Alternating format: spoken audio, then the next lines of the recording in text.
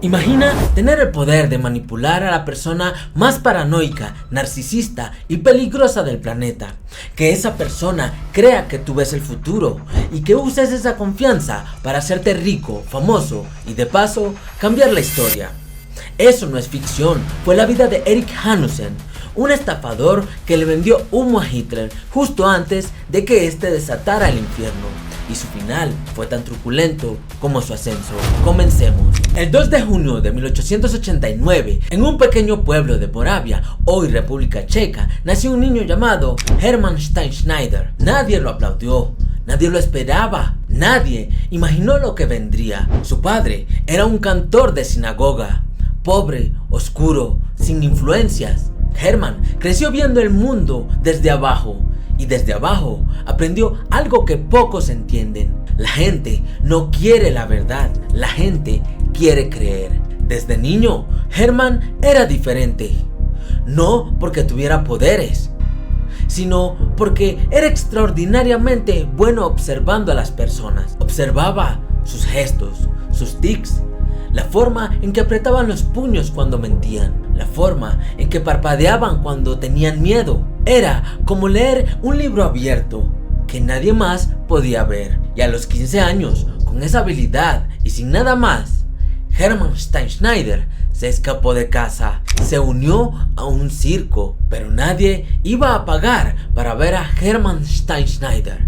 Así que se inventó un nombre: Erik Jan Hanussen. Sonaba misterioso, sonaba europeo, sonaba a poder. Y con ese nombre nuevo, con esa nueva máscara, comenzó a construir una de las mentiras más elaboradas del siglo XX. Para los años 20, Erik Hanussen era ya una celebridad. No una celebridad menor, una celebridad de las que llenan teatros, de las que aparecen en portadas de periódicos, de esas que hacen que duquesas, políticos y generales esperen en fila. Su show era inquietante. Entraba al escenario con un traje negro, perfecto, sin palabras, sin música, solo lo miraba a usted.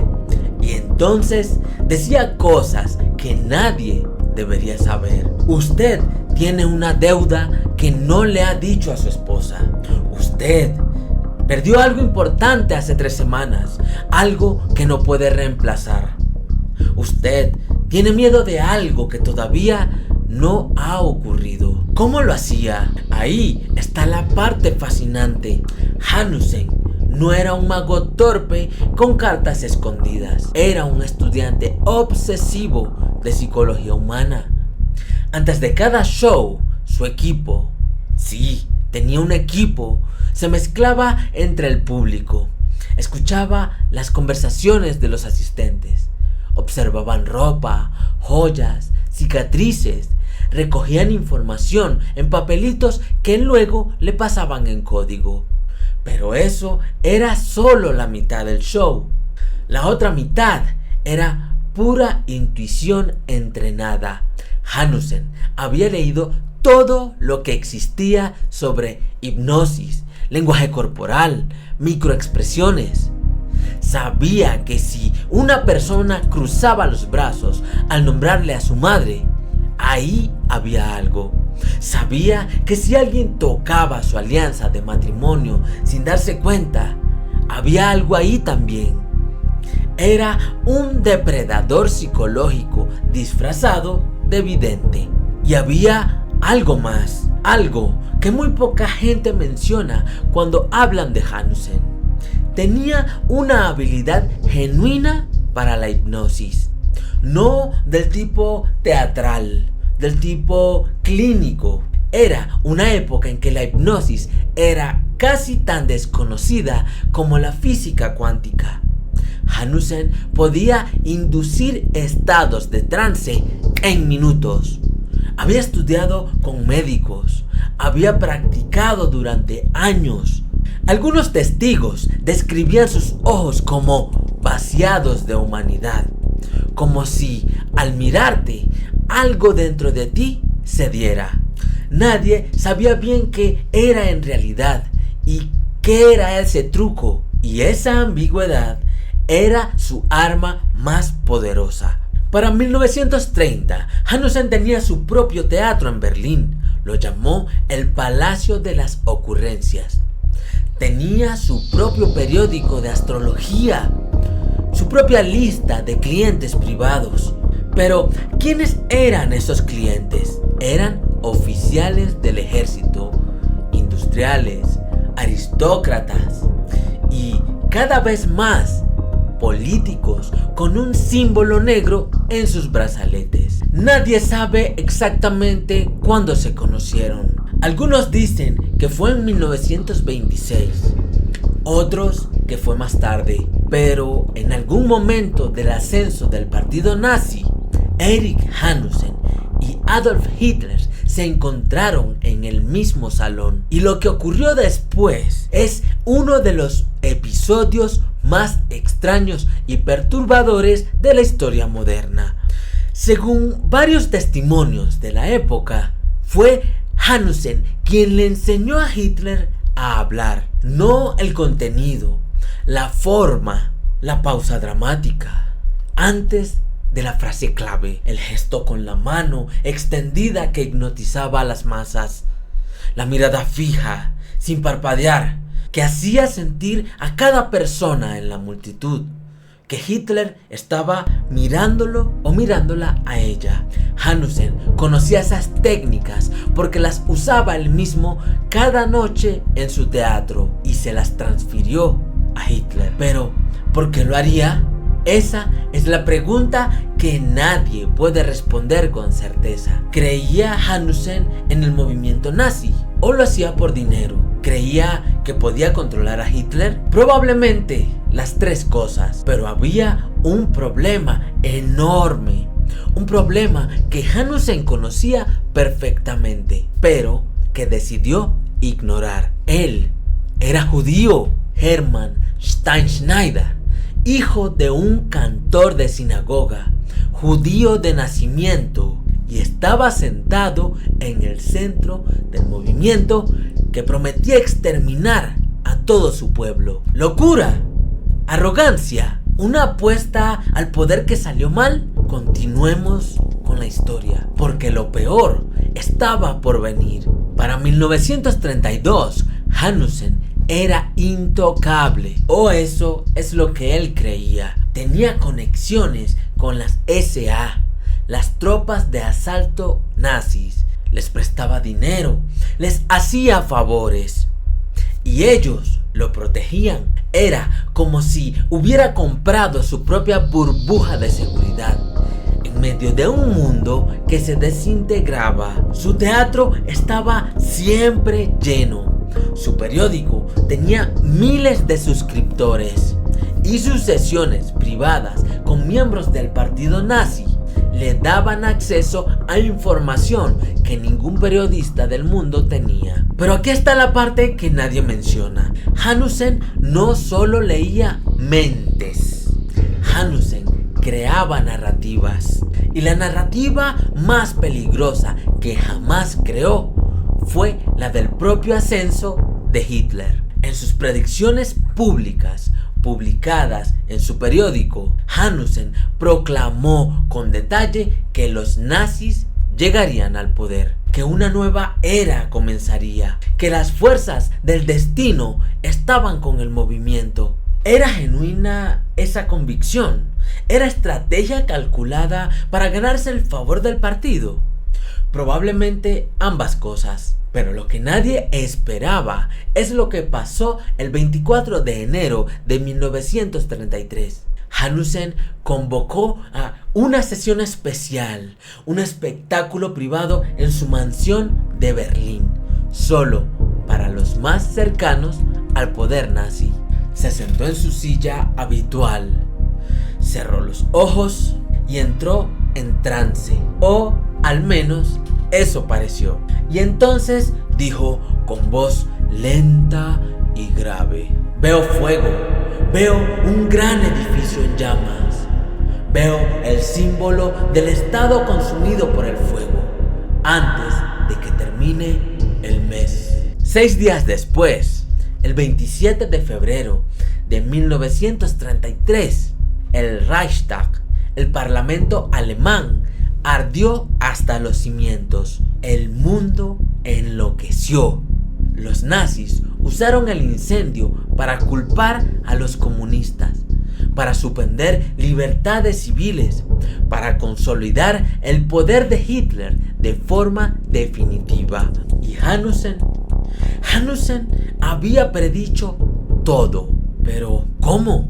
Hay dos teorías. La primera, que Hanussen tenía tal acceso a los círculos internos del partido que sabía lo que estaba planeando, que el incendio no fue un accidente, que fue un acto diseñado y que alguien se lo contó. La segunda, que fue una coincidencia, una de esas predicciones vagas que podían encajar con cualquier evento grande. Pero el problema con la segunda teoría es este: la predicción fue muy específica, demasiado específica, y Hanussen no era un idiota. Sabía exactamente lo que había dicho y sabía exactamente lo que significaba haberlo dicho, porque en ese momento Hanussen cometió el error más grande de su vida.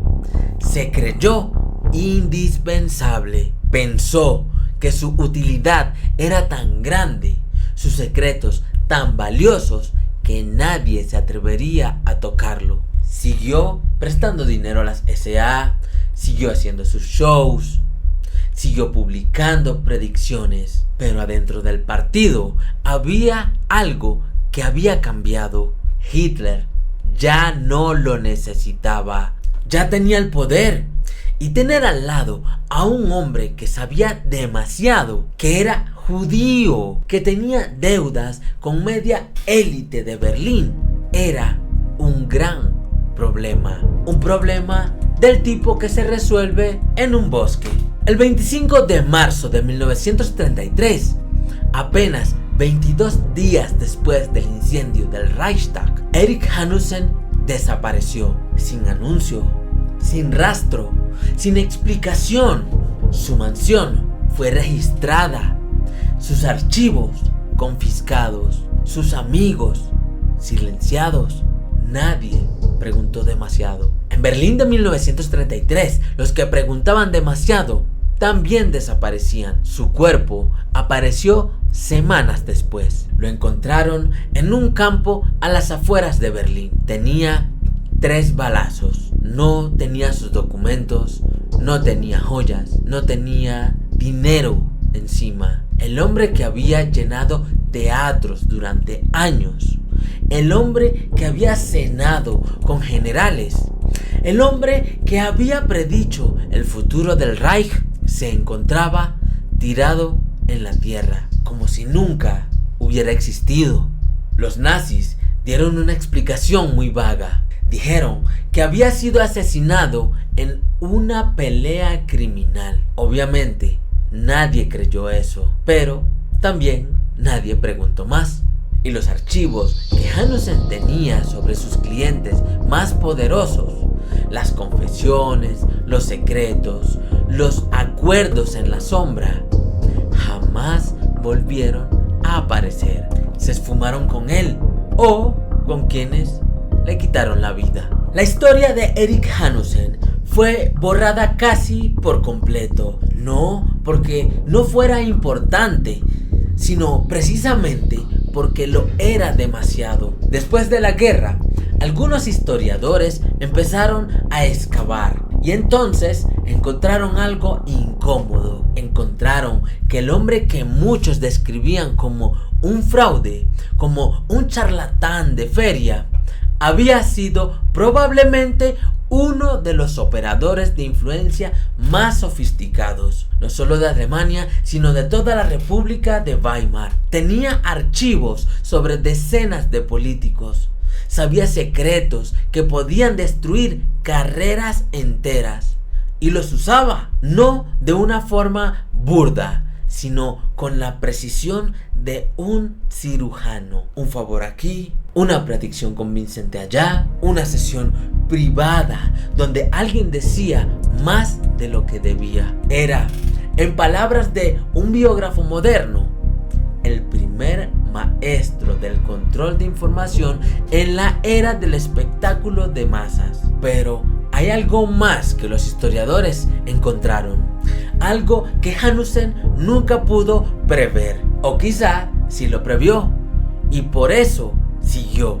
Después de su fallecimiento, su historia fue contada, recontada y tergiversada tantas veces que hoy es casi imposible separar el mito del hombre real. Hubo una película en Hollywood sobre él. Hay novelas, hay teorías conspirativas. Su nombre se convirtió en símbolo de algo que la humanidad repite una y otra vez. El hombre que cree poder domesticar al monstruo. El que se sienta junto al fuego pensando que el fuego lo respeta. Hay una pregunta que me persiguió durante toda la investigación para este video.